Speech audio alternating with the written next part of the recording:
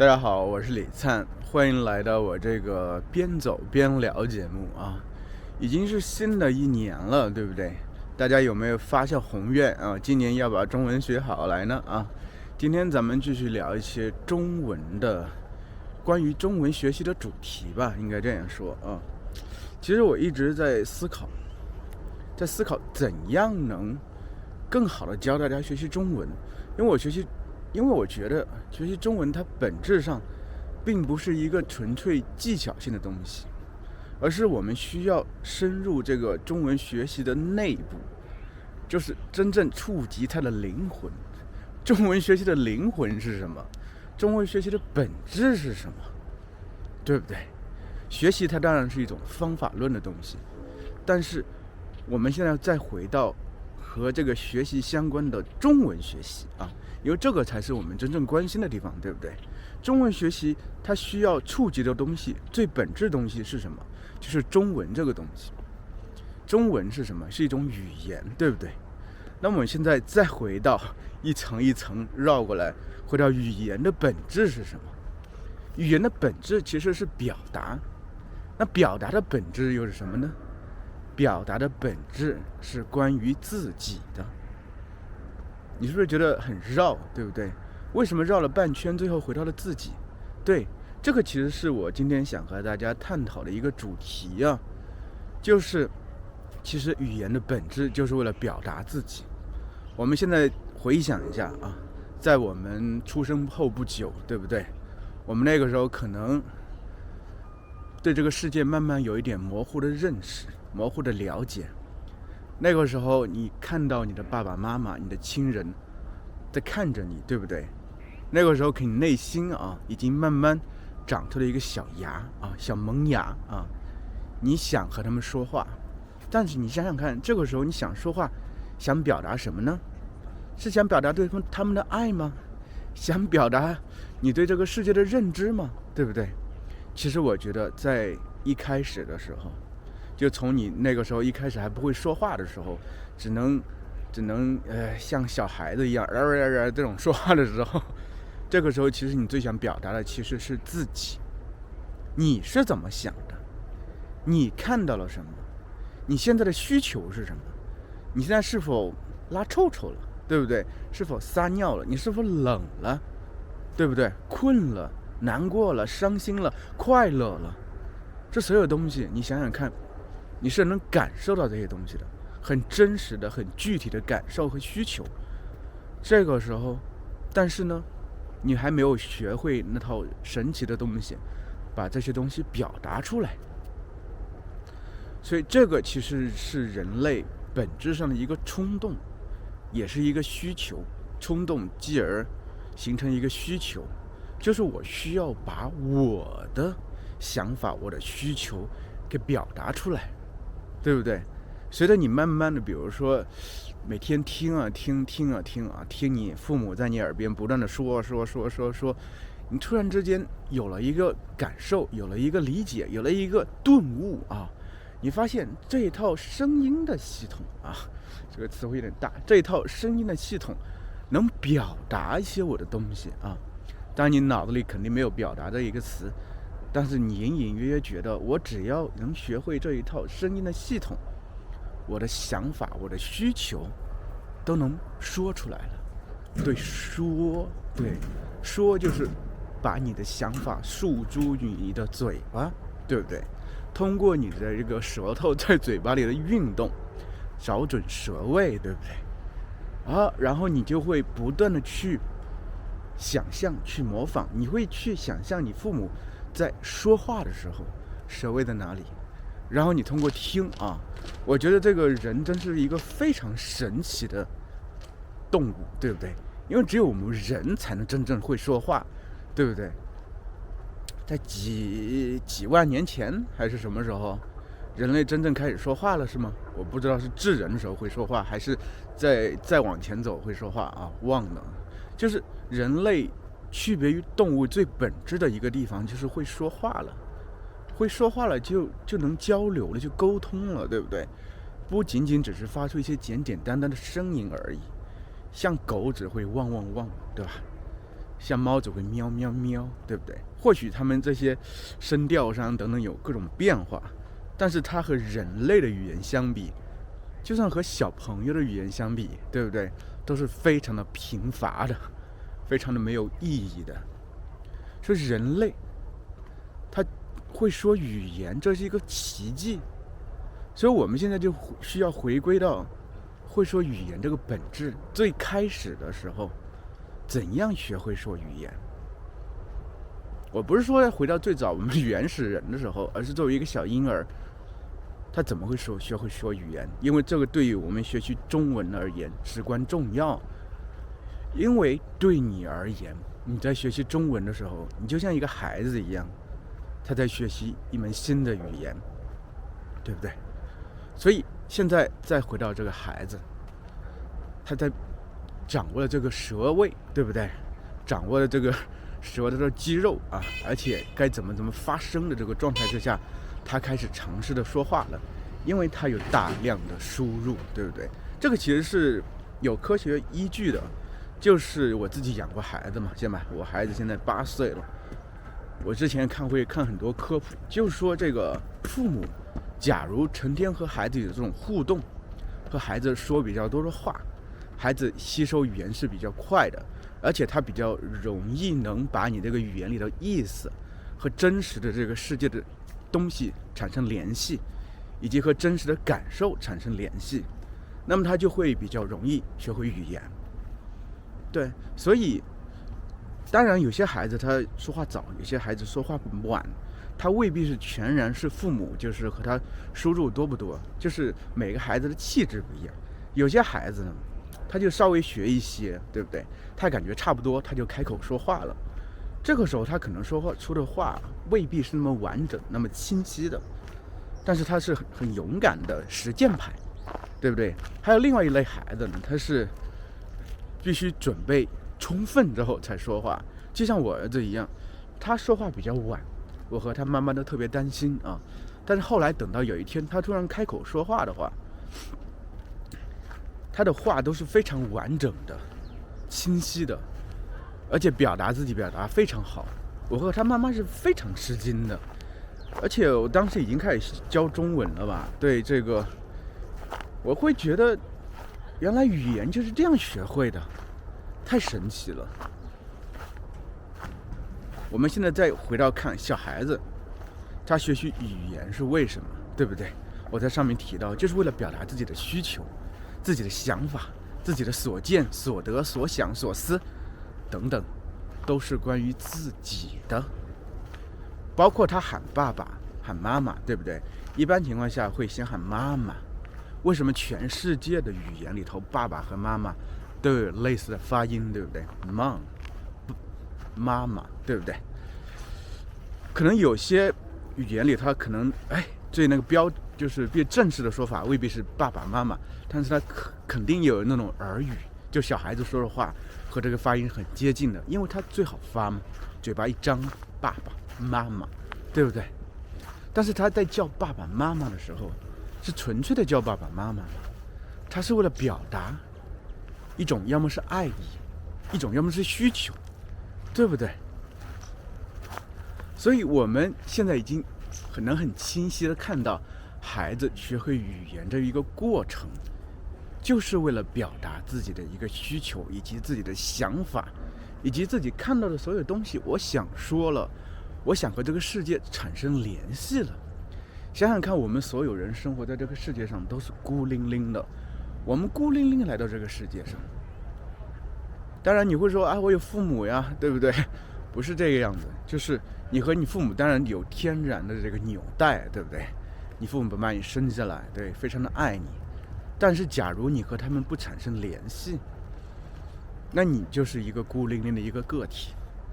但是神奇的地方在于我们不止当然可以通过一些亲密行为，搂搂抱抱什么的产生联系，但那是不是需要我首先走过去抱着他，对不对？亲吻等等，对不对？闻一闻，对不对？亲一亲。但是有一个东西更为直接，就是语言。我说出来了，我就和你产生联系了。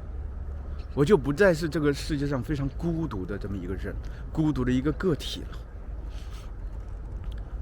我觉得话语就像一个个触手，一个个看不见的触手，而且这些触手特别的细小，就像蛛丝一样，它让你和整个世界产生联系，不只是和他人，就是不只是和你身边的人，而是和整个世界。就是你在这个成长的过程中，你就是在不断的织网，你的这些触手像这个蛛丝一样的触手不断的伸出去，所以你的周边有一张网，我们每个人周边都有一张网，而这张网它是用什么织就的呢？就是用语言，就是用我们学会的这个母语，对不对？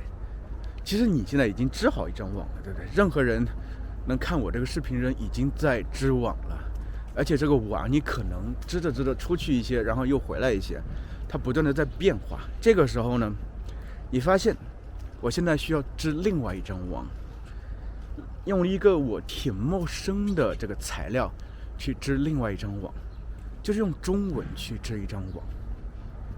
你就想想看啊，好像是一个挺难的事情，对不对？一个挑战啊。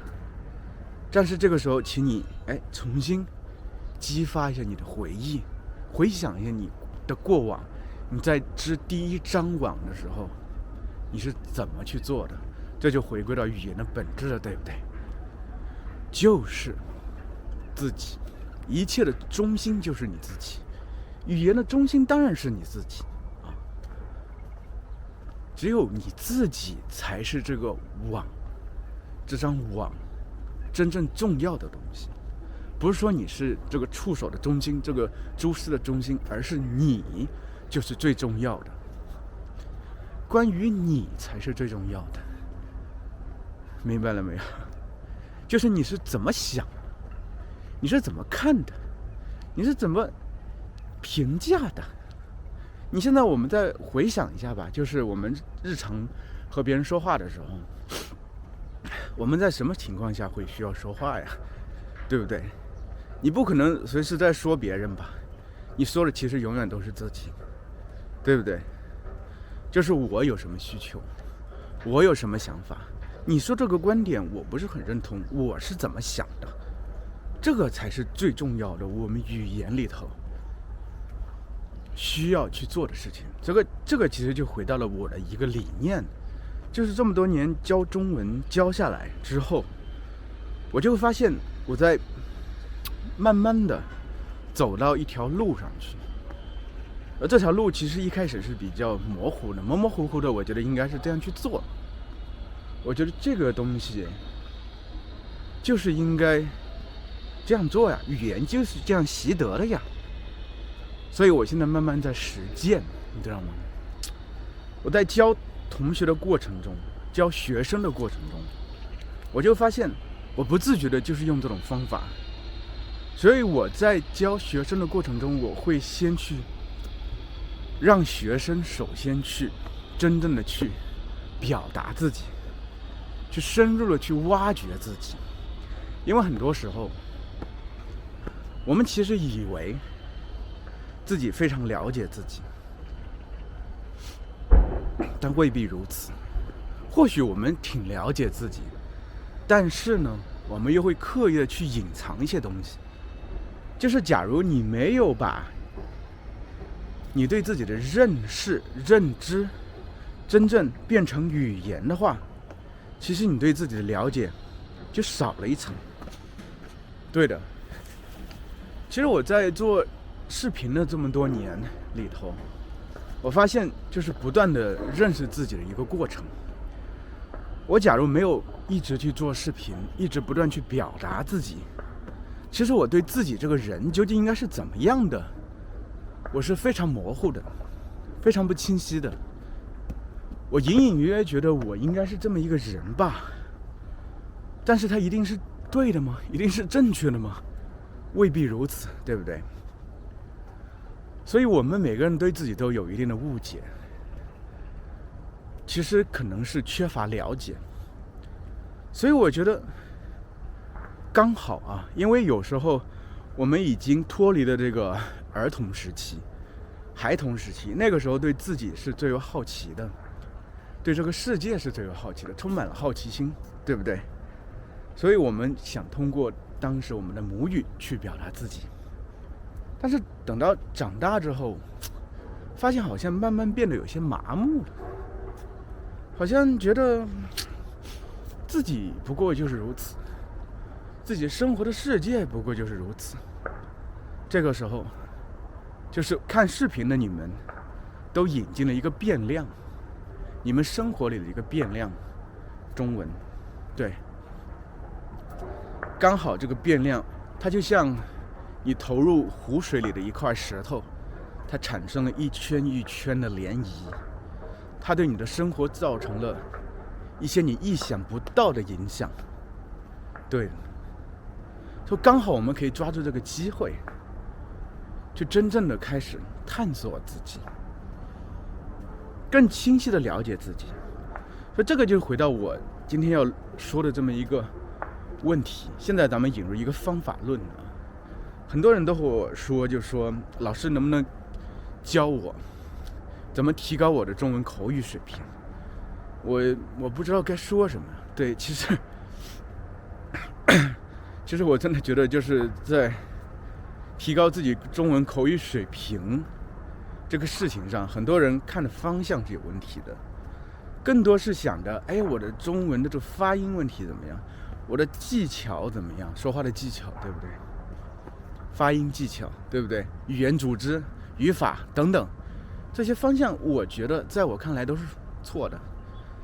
就是它最终也能达到那个终点，对，因为条条大路通罗马，但是在我看来，他们不是大路，他们是小路。真正的大路是什么呢？就是你要说什么，你要说什么才是最关键的，对不对，朋友们？而且想想看，对于一个人而言，最基本的需求是什么？其实就是说自己啊。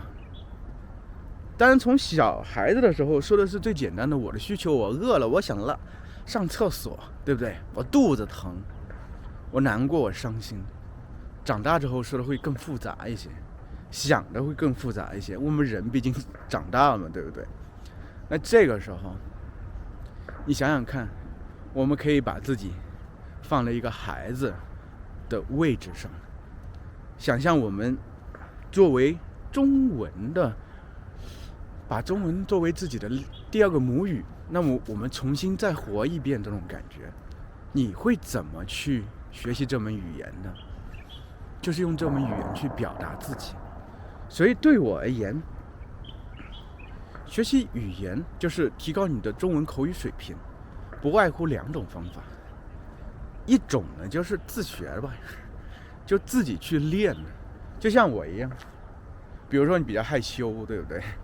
来到一个这么空旷的公园啊，也没什么人，当然也有人，其实也不用特别在意啊。对，人比较少，你就自说自话，想想看这个星期发生了些什么事情，对不对？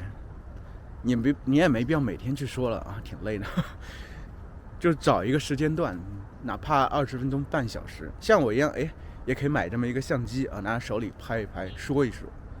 因为这样有一个什么好处呢？就是你可以回看自己说的中文究竟怎么样，到底是一个比较好的中文还是一个比较烂的中文。那这个标准是怎么界定的呢？其实说实话，就是你的输入的东西，只要都是母语者所说的东西，就是你平常听的看的基本都是中文母语者用的东西，那么你脑子里自然而然就会形成一个标准。那样的话，你再去回看自己所说的东西，你就会发现，我好像这个地方说错了，我好像那个地方说错了，对不对？这是一个方法啊，这个方法适用于所有人啊。另外一个方法呢，我觉得也比较方便，就是找一个中文老师去练习。这就涉及到我要推广的东西。新的一年了嘛，我现在推出了这个私教课，对，1对1的私教课。我就是用我这种理念去真正的去帮助大家真正提高你的口语水平，就从你要说什么出发。这个因为我认为就是最重要的地方，我会引导你一步一步把你所思所想以及个人的所有方方面面都说出来，都表达出来，就像一个孩子一样，一点一点，一步一步，因为这个才是最关键的地方。这个我认为才是真的能提高你语言水平的地方。当然，因为我觉得和老师上1对1的私教课有一个特别好的地方，相对而言啊，比如说你是自学的，自己说，你最后再回看的时候，你需要和脑子中的一个标准去做对比。但假如你在和老师在上课的时候，比如说和我在上课的时候，我能给你一个及时的反馈，就是你这样说，我会告诉你你到底说的对不对，而且可能我可以给你提供一个更好的表达方式。对，这样的话，我觉得对于成长而言当然是更快的。所以如果你想跟着我在新的一年学习中文，踏上一条康庄大道的话我强烈建议大家可以报我的课因为现在已经开始上私教课了，1对1的私教课，这个链接就在底下。好的，那么今天咱们就到这吧，拜拜。